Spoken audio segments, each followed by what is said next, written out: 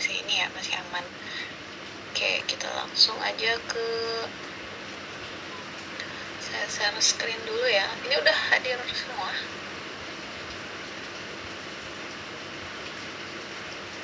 Udah orangnya, tapi udah saya infoin ke grup biar segera join. Oke.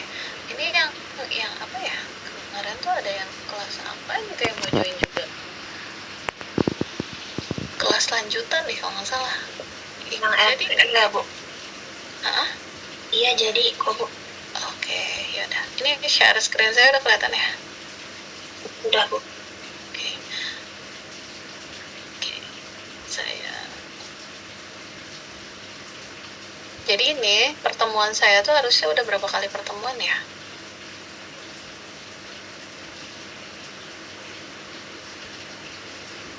Kalau nggak salah ini pertemuan saya tuh harusnya udah, kemarin sama Bu Diana udah ya? Halo? Pertemuan sebelumnya sama Bu Diana udah belum? Iya, Bu, udah. Sama Bu Diana. Udah. Berapa pertemuan? Kayaknya baru kali atau 2 kali ya, Bu. Gitu, ya emang harusnya sama Bu Diana itu 2 kali pertemuan. Terus sisanya sama saya sampai UTS ya. Berarti kan ada sisa berapa pertemuan lagi ya? UTS tuh minggu ke-7 apa minggu ke-8? Biasanya 6 pertemuan dulu atau 7 pertemuan dulu biasanya kalau UTS? Hanya 7 sih, Bu. Oh, 7 pertemuan ya. Berarti sama saya 5 pertemuan gitu ya. Jadi saya anggap yang 2 pertemuan sama Bu Diana tuh maksudnya sudah selesai, itu dalam arti udah saya nggak perlu ngulang-ngulang lagi gitu ya. Jadi saya lanjut ke pertemuan berikutnya. Nah, sama saya tuh di kimia organik fisik ya, itu kita akan bahas sampai materi UTS ya. Kemarin kan sama Bu Diana udah ya sampai materinya harusnya Bu Diana masuk di struktur molekul, ikatan kimia yang kayak gitu-gitu ya. Itu harusnya sudah sama Ibu Diana semua. Nah sekarang lanjut sama saya di asam basa organik mekanisme reaksi ya. Jadi nanti setelah UTS baru kita masuk ke kinetika reaksi, termodinamika reaksi gitu ya. Jadi organik fisik itu sebenarnya mata kuliah yang lanjutan aja ya dari organik dasar dan organik 2 ya. Setelah kalian mengenal struktur-struktur kimia, di kimia organik fisik itu kalian harus minimal mengenal kecepatan reaksi, sifat-sifat pelarut, minimal mengenal sifat-sifat pelarut organik, kecepatan reaksi, mekanisme reaksi gitu. Terus termodinamika dari reaksi organik, minimal mengenal itu gitu. Saya juga nggak akan terlalu sulit membawakan kimia organik fisik karena aplikatifnya kalau kimia organik fisik tuh lebih di teknik kimia ya. Dia biasanya lebih ke polimer gitu ya, dari reaksi terus lebih ke kimia sintesis gitu ya. Jadi kalau di kimia organik fisik lebih ke kimia sintesis gitu. Yang nantinya akan jadi basic kimia sintesis kalian. Kalau suara saya udah kedengeran kan ya? Oke. Nah, ini saya lanjut. Oke. Tadi ya, kimia organik fisik itu mempelajari hubungan antara struktur, energi, dan reaktivitas dalam reaksi-reaksi organik. Nah, kimia organik itu dari kimia organik tuh kita tahu reaksi yang terjadi apa gitu ya. Nah, nanti di kimia organik fisik itu kita harus tahu gitu ya, kenapa reaksi ini terjadi, pakai pelarutnya sifatnya gimana, terus reaksi ini lewat mekanisme reaksi apa, terus seberapa cepat reaksi ini bisa terjadi gitu ya. Sebenarnya inti dari organik fisik itu adalah di pembelajaran struktur, tentang struktur, orbital struktur, sp, sp2, sp3, distribusi elektron, dan resonansi, dan efek substituen. Intinya adalah kita tahu sifat-sifat dari molekul. Kemudian ada energi gitu, delta G, delta H ya, energi termodinamika, bagaimana stabilitasnya, dan energi aktivasinya untuk kita tuh bisa menentukan gimana sih reaksi itu bisa terjadi atau enggak. Terus udah gitu terakhir adalah untuk di kimia organik fisik minimal kita belajar tentang kinetika reaksi, bagaimana laju reaksinya, terus apa sih faktor-faktor yang mempengaruhi atau menentukan cepat atau lambatnya suatu reaksi gitu ya. Nah, di pertemuan kimia organik fisik, jadi struktur dan elektron yang fundamentalnya saya anggap udah selesai ya di pertemuan dengan Bu Yana. Pertemuan 1 dan 2 tentang orbital molekul ya. Jadi apa itu ikatan sp, apa ikatan sp2, sp3, terus apa itu ikatan sigma, pi, distribusi elektron, yang resonansi dan delokalisasi elektron. Nah, kemudian di pertemuan dengan saya itu kita akan bahas tentang asam basa organik gitu ya. Kita bahas tentang apa itu pKa, bagaimana stabilitas basa konjugasi bisa menentukan keasaman dan kebasahan suatu asam basa organik. Terus kemudian apakah ada efek induksi dan resonansi. Jadi fungsinya adalah untuk menentukan reaktivitas dari suatu reaksi ya. Terus nanti di pertemuan dengan saya juga selanjutnya itu ada mekanisme reaksi. Ya. Bagaimana kita menentukan apa itu reaksi intermediate, terus bagaimana itu reaksi yang berhubungan dengan reaksi transisi, terus SN1, SN2, S1 dan N2. Ini fungsinya untuk memahami jalur reaksi. Nah, setelah nanti UTS gitu ya, nanti kalian UAS ya. UAS itu kita ketemu materi kinetika reaksi, termodinamika, terus hubungan struktur dan reaktivitas, efek pelarut, dan steril kimia dari reaksi insyaallah ya. Jadi nanti setelah UTS rencananya saya masuk 2 kali, terus sisanya oleh Prof. Leni ya. Tapi nanti kita lihat ya gimana ke depannya gitu ya. Oke. Saya langsung masuk ke materi yang akan saya sampaikan. Nah, ini berarti kita siapa ini PJ-nya ya? PJ-nya siapa ya? Penanggung jawab yang saya nih. Halo? Mana nih? Halo? Iksan deh Bu kalau nggak salah, tapi Iksannya lagi sakit. OPJ-nya Ihsan. Siapa? Jadi perasaan yang WA saya perempuan deh. yang WA Ibu kontinya Bu, karena kayaknya lagi sakit. Oh gitu. Oke, jadi dicatat aja kita udah ini untuk satu materi itu sebenarnya harusnya 2 pertemuan. Tapi kita selesaiin hari ini gitu ya. Jadi diselesaikan untuk 2 pertemuan. Nah, nanti satu pertemuannya itu adalah harusnya bahas soal ya. Jadi kita ini satu materi 2 pertemuan, nanti saya kasih soal-soal. Nanti soalnya kita bahas di satu hari terakhir lah ya. Jadi hari ini kita bahas satu materi, minggu depan kita bahas satu materi juga. Jadi masing-masing satu materi itu untuk 2 pertemuan. Jadi hari ini 2 pertemuan, minggu depan 2 pertemuan. Jadi udah 4 pertemuan.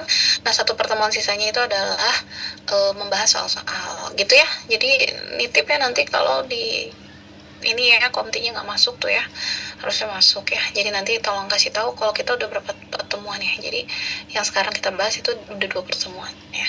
Jadi kita masuk ke asam basa organik gitu ya. Jadi senyawa-senyawa organik. Kalau biasanya asam basa itu di senyawa-senyawa anorganik gitu ya, kayak NaCl gitu kan. Terus HCl gitu ya. Nah, di reaksi organik juga ada namanya asam basa organik gitu.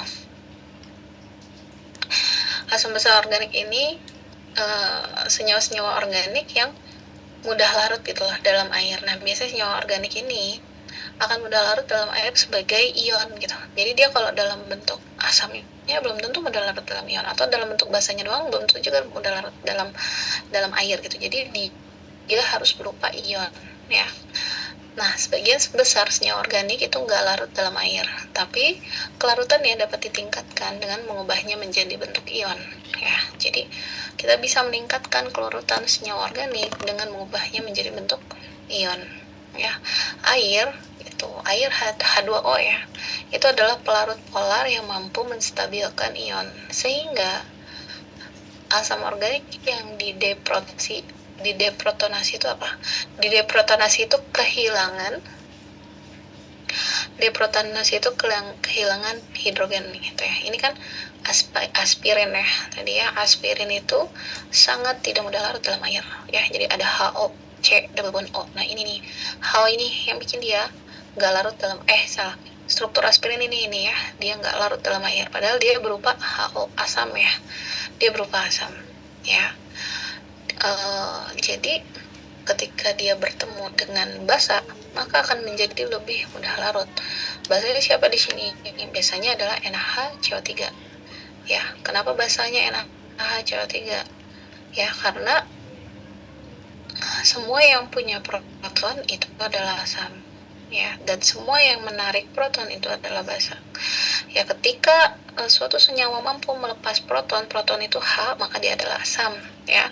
Contohnya aspirin. Aspirin itu akan larut dalam bentuk garam natriumnya dibandingkan bentuk asamnya gitu ya. Jadi aspirin itu akan lebih rendah larut ketika dia dalam bentuk ion dibandingkan dalam bentuk asamnya. Ya. Kalau kita lihat di sini H-nya akan lepas gitu ya. Maka dia jadi O-. Nah, Na-nya juga di sini lepas ya. Na-nya jadi lepas berikatanlah dengan si aspirin yang ion negatif ini. Berarti bersisa H-nya kemana? H-nya akan berikatan dengan HCO3 ini menjadi H2CO3 ya. Maka garam aspirin ini akan sangat mudah larut dalam air. Makanya kita bisa minum obat ya, bisa minum aspirin karena aspirinnya larut dalam air. Kenapa? Karena sudah direaksikan dengan basa ya.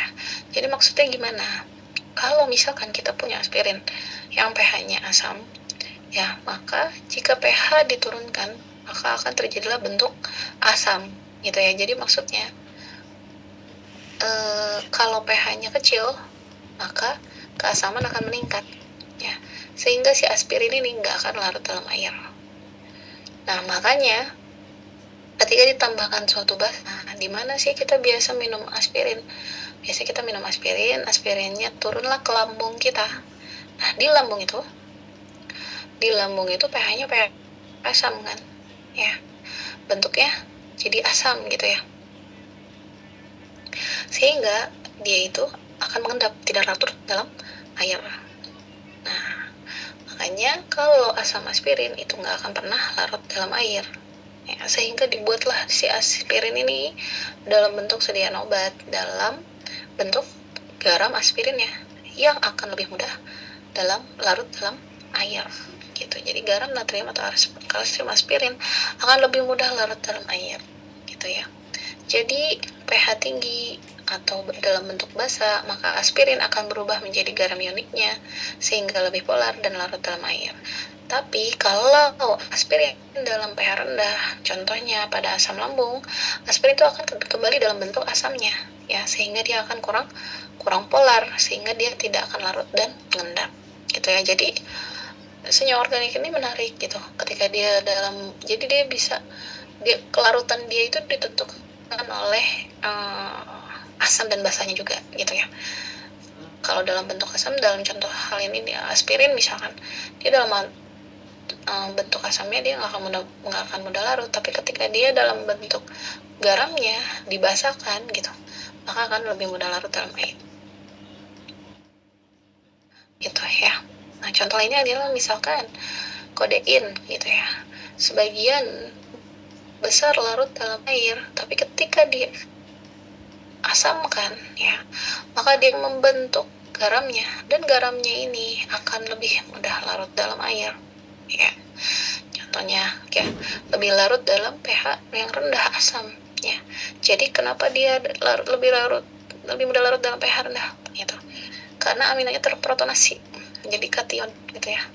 Jadi amina yang ini diprotonasi ya. Jadi kationnya ini nih, kation itu berarti bermuatan positif. N di sini kan dia punya satu pasang elektron bebas ya. Dia bakalan narik H-nya di sini. Maka dia akan berikatan.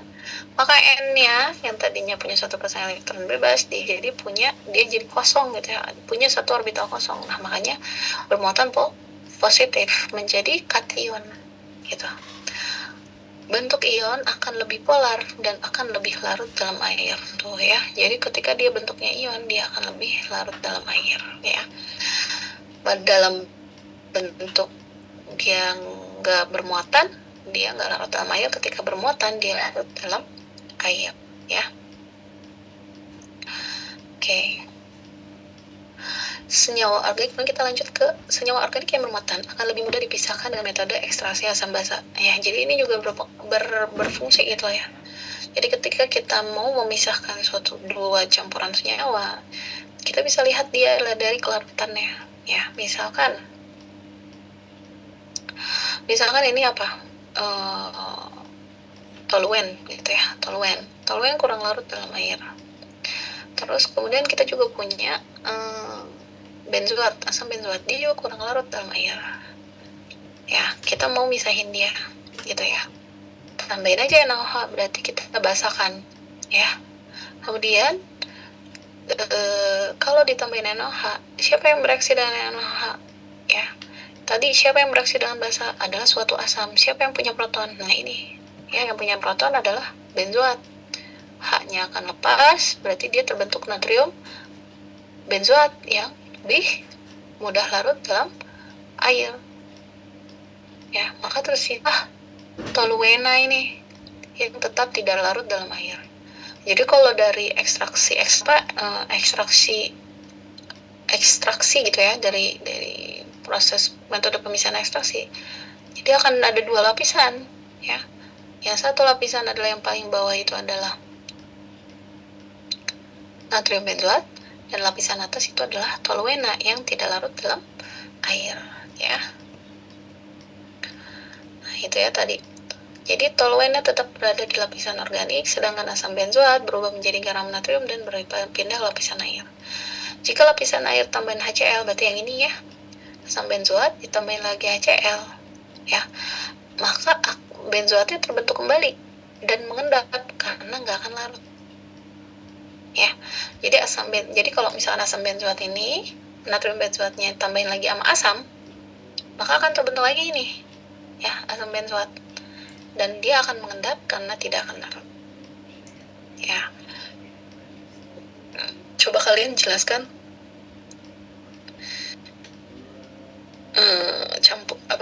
diagram berikut gitu ya. Misalkan kalian mau jelasin campuran ini nih ya. Jadi kita punya suatu produk garam gitu ya, dan suatu produk alkohol. Nih kan OH, ini garam tuh, ada negatifnya, ada ya. Jadi ini anion ya. Kita ekstraklah dengan CH2Cl2 kloroform ya, maka akan terbentuk dua lapisan nih ya. Yang terlarut sama CH2Cl2 adalah yang lapisan alkohol ya. Terus yang ada di lapisan airnya itu adalah yang ada kationnya. Nah ketika dia yang ada kationnya ini direaksikan kembali dengan HCl, maka si CO2 ini akan mengikat H kan. Nah si H-nya ini akan mengendap ya menjadi suatu produk asam. Nah sedangkan kalau yang alkohol, produk alkohol yang terlarut dalam toluen, itu tinggal kita evaporasi aja ya. Kita evaporasi si toluennya, maka akan menyisakan produk dalam bentuk alkohol gitu ya. Oke, lanjut. Apa itu asam, basa, dan pKa? Kita masuk sini. Jadi keasaman itu suatu spesies yang dapat kehilangan proton, sedangkan basa adalah suatu spesies yang menerima proton. Jadi kalau di sini ada air, ada HCl ya, maka spesies yang asamnya adalah HCl ya. Karena kenapa? Karena karena efek induksi ya. Jadi kalau HCl itu karena ada ikatan hidrogen dengan Cl- ya, yang Cl jauh lebih elektronegatif gitu. maka hidrogen akan lebih mudah lepas gitu. Jadi hidrogen akan lebih mudah lepas, sehingga yang having tendency to lose a proton, berarti yang paling gampang untuk kehilangan proton adalah HCl. Sehingga HCl adalah asam dan di sini air bersifat basa. Maka air akan menangkap H dan Cl- akan lepas, sehingga menghasilkan asam basa konjugatnya. Dihasilkanlah asam konjugat H3O+ dan basa konjugat Cl-. Di mana ikatan HCl itu akan sangat kuat, tidak akan mudah lepas, tidak mudah melepas, ya. Tapi kalau HCl dalam air, dia akan membentuk asam kuat. Kenapa? Karena dia akan mudah melepas proton. Ya, jadi protonnya ditransfer ke molekul air membentuk ion H3O+. Ya, dan HCl dalam bentuk gas, bukan asam. Jadi kalau HCl-nya tidak terlarut dalam air, itu dia bukan asam kuat.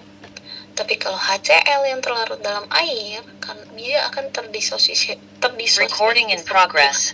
Ya, menjadi H dan HCl menjadi H3O+ dan Cl- itu terdisosiasi sempurna, ya, menjadi H+ dan Cl-, sehingga menjadi asam kuat, ya.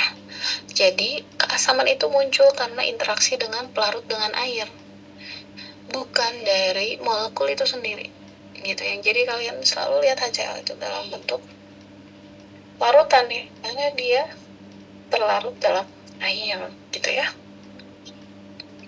Oke. HCl bersifat asam dalam air karena dapat mentransfer proton ke air. Kekuatan asam itu sendiri ditentukan oleh kemampuan untuk memberikan proton ke air. HCl merupakan asam yang sangat kuat. Transfer protonnya sempurna, hampir sempurna, ya, terdisosiasi sempurna. Jadi setiap asam kuat itu terdisosiasi sempurna, ya, karena HCl itu akan terdisosiasi sempurna menghasilkan H+ dan Cl-, di mana Cl-nya itu adalah suatu anion yang stabil, ya. Kemudian kalau asam karboksilat gimana? Nah, kalau asam karboksilat dia asamnya lemah karena transfer protonnya tidak sempurna. Kenapa? Karena anionnya mampu beresonansi, ya. Jadi anionnya bukan suatu basa yang lemah gitu. Jadi anionnya dia adalah basa yang cukup kuat gitu. Dia adalah suatu karboksilat anion yang mampu beresonansi sehingga asamnya lemah. Nah, jadi kalau asam karboksilat nih, dia mampu mentransfer elektron. Jadi ikatan pi-nya pindah ke atas. Jadi ikatan HO-nya juga baru pindah. Nah, baru H-nya bisa dilepas. Nah, jadi nggak semudah HCl gitu loh dalam melepaskan proton, ya. Jadi asam karboksilat, makanya HCl itu jauh lebih kuat asamnya dibanding asam karboksilat. Tapi asam karboksilat juga asam gitu, cuman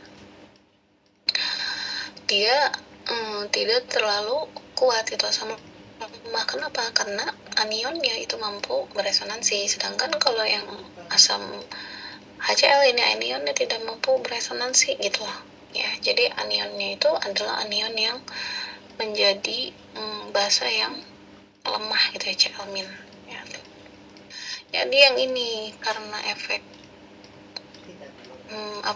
resonansi itu adalah lokalisasi elektron, kalau ini karena efek induksi gitu ya.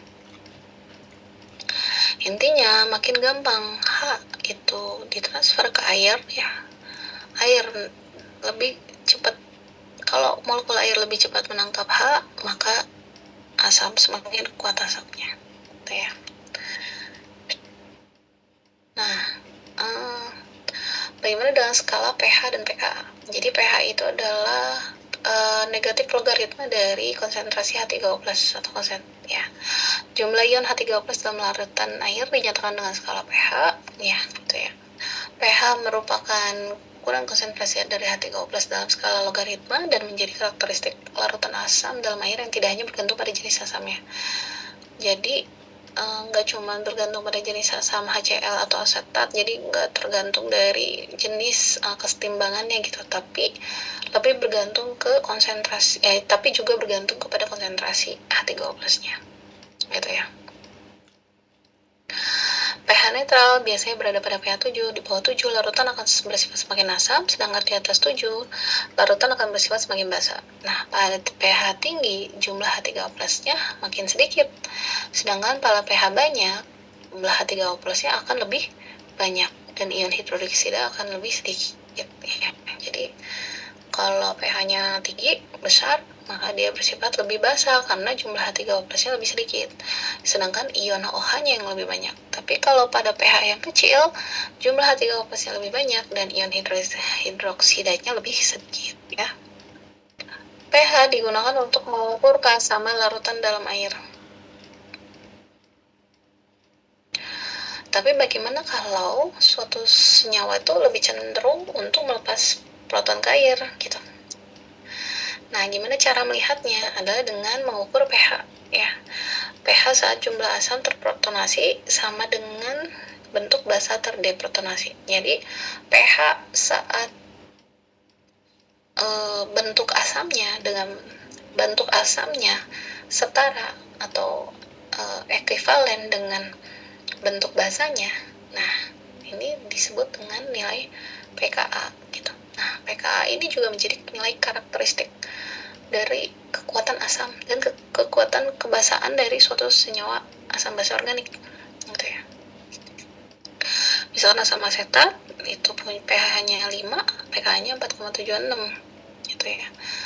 Jadi di sini pKa juga memperlihatkan kekuatan dari asamnya gitu, skala kekuatan asamnya ya. Oke. Nah, setiap asam itu akan memiliki basa konjugasinya ya. Contohnya misalkan ini air, ini asam asetat, ini H3O+, dan ini adalah ion asetatnya ya. H3O+-nya itu adalah asam konjugasi dari air. Berarti di sini airnya adalah basa, di sini asam asetatnya adalah asam, dan di sini H3O+-nya adalah basa konjugat, dan di sini ion asetatnya adalah H3O+-nya adalah asam konjugat, dan di sini asetatnya adalah basa konjugat ya. Jadi ini ya contohnya, B basa tambah asam adalah dia menjadi asam konjugat plus basa konjugat ya. AH adalah asam, amin adalah basa konjugatnya, dan B adalah basa, BH plus adalah asam konjugatnya. Jadi semua asam punya basa konjugat dan basa punya asam konjugat gitu ya. Spesies, nah H3O+ itu adalah asam konjugasi dari air, H2O adalah basa konjugasi dari H3O+. Ya, jadi setiap asam memiliki basa konjugasi dan setiap basa akan memiliki asam konjugasi gitu ya. Nah, nggak terlalu asam basa itu harus melibatkan air. Kalau air digantikan oleh amonia, maka amonia akan menjadi basa konjugasi dari NH4+ atau ion amonium.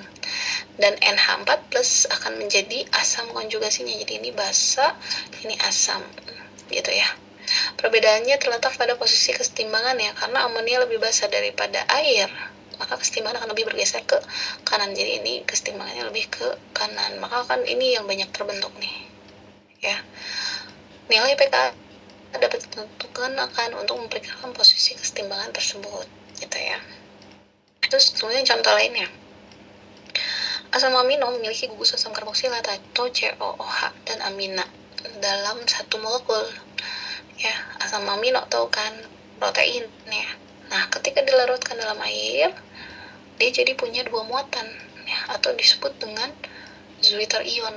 Nah, jadi cuman asam amino dari protein yang bisa punya dua muatan, yaitu disebut Zwitter ion atau molekul. Jadi dalam satu molekul dia punya muatan positif dan muatan negatif. Larut nggak? Ya pasti larut gitu ya, karena dia bermuatan, satu molekul sudah bermuatan. Oke, kita lanjut ke definisi pKa. Jadi pKa didefinisikan sebagai pH ya, suatu asam dan basa konjugasinya yang berada dalam konsentrasi yang sama ya. pKa adalah log basis 10, jadi min log Ka ya, dari konstanta kesetimbangan disosiasi atau asam. Untuk Ha, kesetimbangannya adalah sebagai berikut. Jadi kalau ada asam tambah air Ka, jadi konstanta asamnya adalah H3O plus A min, di mana pKa adalah min log Ka. Nah, Ka ini dapatnya dari konsentrasi H3O plus dikalikan dengan konsentrasi anionnya dibagi dengan konsentrasi asam ya. Dengan pKa kita bisa membandingkan kekuatan relatif asam klorida dan asam asetat. Contohnya, HCl atau asam klorida adalah asam yang jauh lebih kuat dibandingkan asam asetat ya. Karena HCl punya pKa sekitar minus 7. Tuh, Ka-nya adalah 10,7. Sedangkan asam asetat pKa-nya adalah 4,76 ya. Hal ini menunjukkan bahwa tuh kan ini kalau HCl dia sampai minus 7 ya pKa-nya. Sedangkan asam asetat pKa-nya 4,76 ya. Jadi yang makin kecil nilai pKa-nya, maka dia semakin terdisosiasi sempurna dalam larutan. Jadi nggak ada sisa tuh, nggak ada sisa yang jadi pokoknya asam basanya terdisosiasi sempurna dalam larutan ya, jadi nggak ada sisa, tidak terdisosiasi sebagian gitu. Sedangkan kalau asam asetat yang punya pKa-nya agak besar, ini menunjukkan bahwa asam asetat itu dia asamnya lemah ya, karena hanya terdisosiasi sebagian besar aja. Nah, gimana dengan pKa air? Nilainya bisa dihitung dari konstanta kesetimbangannya. Ka air didapat dari konsentrasi asam dikali konsentrasi basa dibagi konsentrasi air. Di mana konsentrasi asam itu 10 pangkat min 14. Tadi kan 14 itu pH terbesar ya. 14 itu adalah pH terbesar ya, jadi H3O plus dikali pH ini jadi 10 pangkat 14. Kemudian konsentrasi airnya ada 55,5. Dari mana konsentrasi air 55,5? Dari air murni itu konsentrasinya tinggi, jadi 1 mol air itu misalnya 18 gram dengan menempati volume 18 cm kubik. Jadi 1 dm kubik itu punya 55,56 mol gitu ya. Jadi sebenarnya skala pH itu nggak 0 dari 14, jadi kira-kiranya harusnya dari minus 1,7 sampai 15,7. Nah, intinya apa? Intinya kita bisa membuat skala gitu. Kalau pKa-nya kecil, maka akan semakin asam. Sedangkan kalau pKa-nya besar, maka dia akan bersifat semakin basa. Nah, kemudian kita bisa menentukan hubungan pKa dengan keasamannya gitu ya. Semakin kuat suatu asam, maka dia akan lebih mudah terionisasi, yang memiliki basa konjugasi yang stabil. Sebaliknya, asam yang lemah sulit terionisasi karena memiliki basa konjugasi yang tidak stabil. Di sisi lain, anion yang tidak stabil merupakan basa yang sangat kuat sehingga asam konjugasinya menjadi asam lemah ya. Jadi asam yang sangat kuat, maka basa konjugasinya lemah ya. Sedangkan basa yang sangat kuat, maka asam konjugasinya lemah gitu ya. Contohnya Hi atau hidrogen iodida itu pKa-nya rendah sekitar minus 10 nih ya. Hi itu pKa-nya rendah minus 10, berarti asam banget ya. Karena dia punya basa konjugasi imin yang sangat lemah, yang gak mampu sama sekali ngambil proton. Nah, sebaliknya pada metilitium itu basanya kuat banget ya. Kenapa? Karena ion CH3 atau metoksinya itu bisa jadi asam yang ion metoksi itu asam yang sangat lemah gitu ya. Asam konjugasinya sangat lemah ya. Dengan pKa-nya sampai sekitar 48, berarti di bawah ini ya, di bawah sini. Oke ya. Ya, di sini tabelnya bisa dilihat nih, asam sulfat minus 3, HCl minus 7, Hi minus 10. Hi berarti lebih asam daripada HCl dan H2SO4. Terus kalau ada H2S, H2O dan H3O plus, mana yang lebih asam tuh? Kalau H3O plus asam ya, minus 1,7 ya. Sedangkan kalau air dia pKa-nya sangat besar, berarti masih bersifat basa gitu ya. Kalau air ya lebih bersifat basa gitu ya. Nah, sekarang kalau amoniak ya, NH3 tuh dia lebih bersifat basa ya, tapi kalau misalkan jadi NH4 plus malah lebih bersifat asamnya. Jadi bisa dilihat dari nilai pKa-nya. Kalau pKa-nya makin kecil berarti dia lebih bersifat asam, kalau pKa-nya lebih besar berarti dia lebih bersifat basa. Nah, salah satu faktor juga yang menentukan kestabilan keasaman itu adalah delokalisasi muatan elektron ya. Jadi semakin terstabilkan basa konjugasinya oleh resonansi itu adalah delokalisasi muatan, maka keasamannya akan lebih meningkat gitu ya. Jadi contohnya ada HClO, ada HClO2, ada HClO3, dan ada HClO4. Mana yang lebih asam? Yang lebih asam adalah HClO4 minus 10 dibanding HClO. Kenapa? Karena pada perklorik asid itu oksigennya ada 4 biji gitu. Jadi dia lebih terstabilkan, lebih terdelokalisasi lagi elektronnya, sehingga dia lebih asam gitu ya. Oke, contoh selanjutnya, misalkan ada etoksida itu dari etanol ya, terus ada ion asetat nih, berarti dari etanol dan asam asetat gitu ya. Alkohol juga sedikit agak asam gitu ya, jadi etanol tuh pKa-nya 15,9, berarti sedikit agak asam lah dibanding air. Nah, sedangkan kalau asam asetat itu dia pKa-nya 4,8 ya. Kenapa etanol tidak lebih asam dari asam asetat? Ya itu tadi, karena pada etanol O-nya cuma satu, tidak ada delokalisasi elektron. Sedangkan pada asam asetat itu O-nya ada dua, ada delokalisasi elektron, sehingga anion asetat itu lebih terstabilkan oleh delokalisasi elektron atau oleh resonansi. Makanya asam asetat itu asamnya jauh lebih asam dibandingkan etanol. Kemudian misalnya contoh lainnya ada sikloheksanol dan penol. Mana yang lebih asam? Ya kan sama-sama dia punya OH, tapi yang satu dia adalah sikloheksanol, yang satu dia adalah aromatik benzen. Yang lebih asam ternyata adalah fenol ya. Fenol dia pKa-nya 10 dan sikloheksanol pKa-nya 16. Kenapa? Karena proton-protonnya atau ikatan elektron negatif muatan negatifnya itu terdelokalisasi elektron gitu di sini, makanya dia bersifat lebih asam fenolnya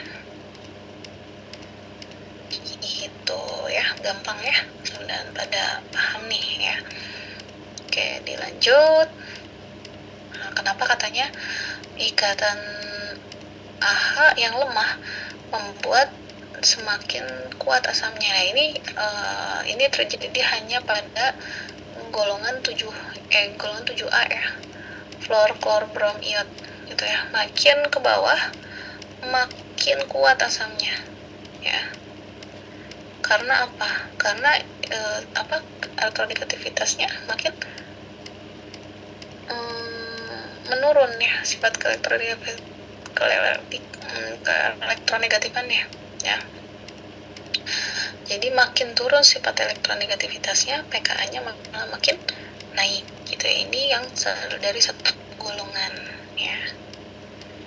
Oke ya, jadi ini nanti dijawab ya, ditugasin di rumah. Kenapa sih HCl lebih asam daripada asam karboksilat? Coba kita lihat bagaimana stabilitas konjugasinya. Tadi apa? HCl dan asam karboksilat. Kalau asam karboksilat dia terkonjugasi. Nah, kalau HCl dia nggak terkonjugasi ya, tapi apa? HCl itu apa? Disosiasi sempurna kan, larut dalam air. Kalau asam karboksilat dia nggak terdisosiasi sempurna dalam air ya. Kenapa? Karena dia terkonjugasi gitu.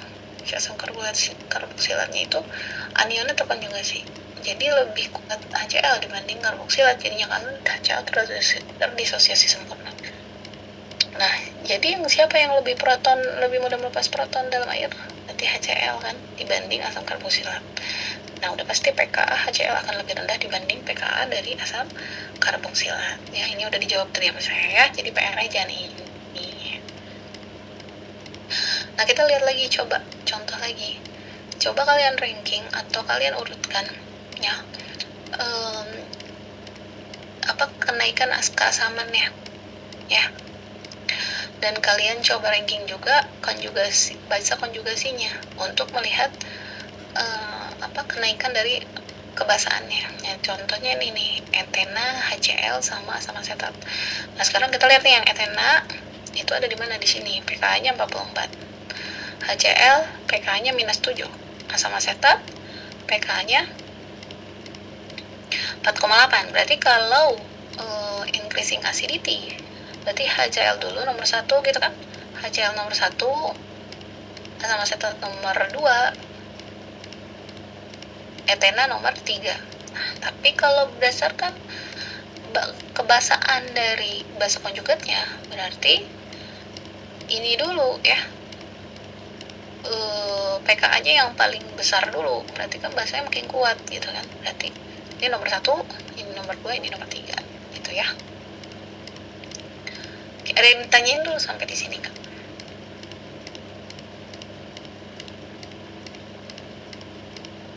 Belum ada.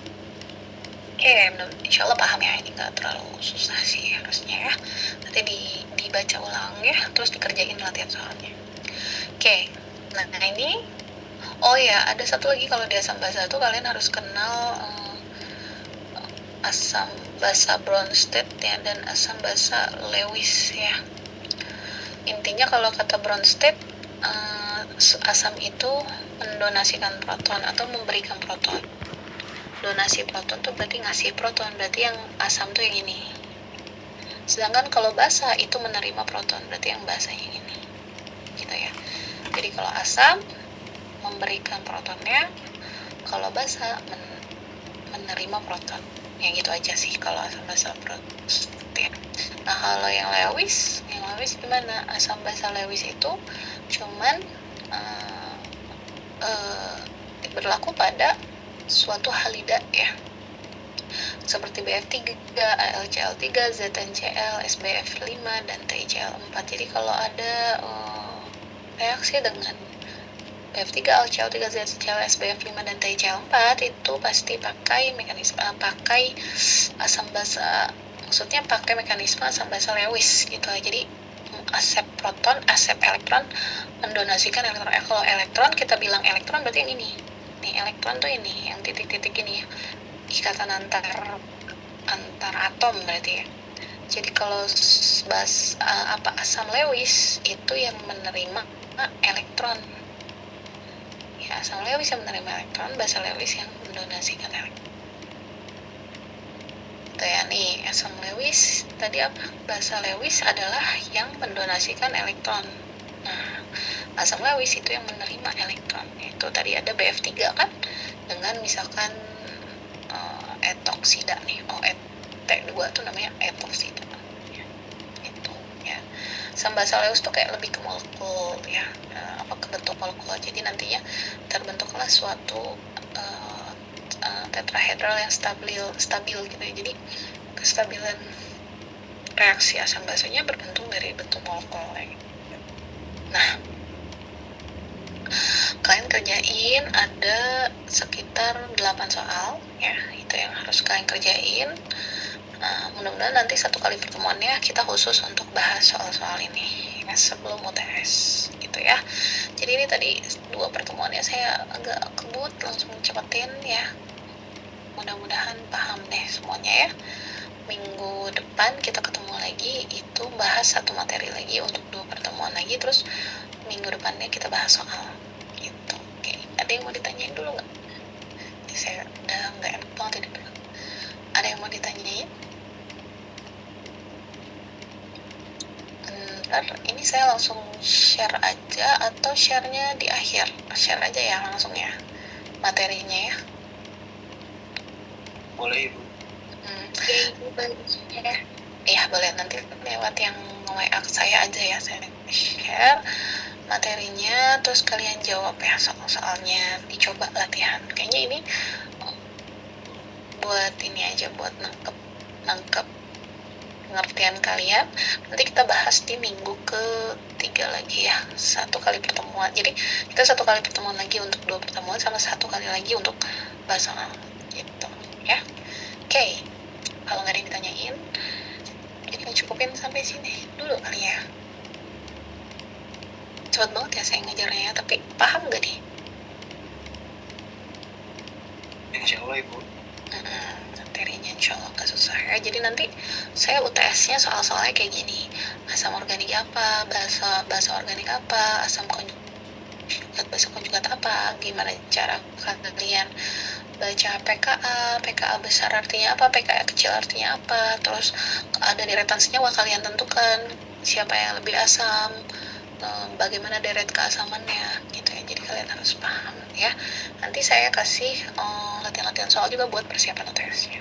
Oke, kalau nggak ada yang ditanyakan kita cukupin sampai hari kita cukupin aja ya. Aduh, saya udah error nih ngobrolnya. Saya cukupin ya sekarang ya, kita stop share aja. Oke, kalau nggak ada yang ditanyain lagi, alhamdulillah ya semuanya udah hadir nih ya. Jadi mudah-mudahan materi hari ini bermanfaat ya. Kalau organik fisik sebenarnya not a basic but ya, tapi tetap kalian harus kenal, kita harus tahu organik fisik itu seperti apa.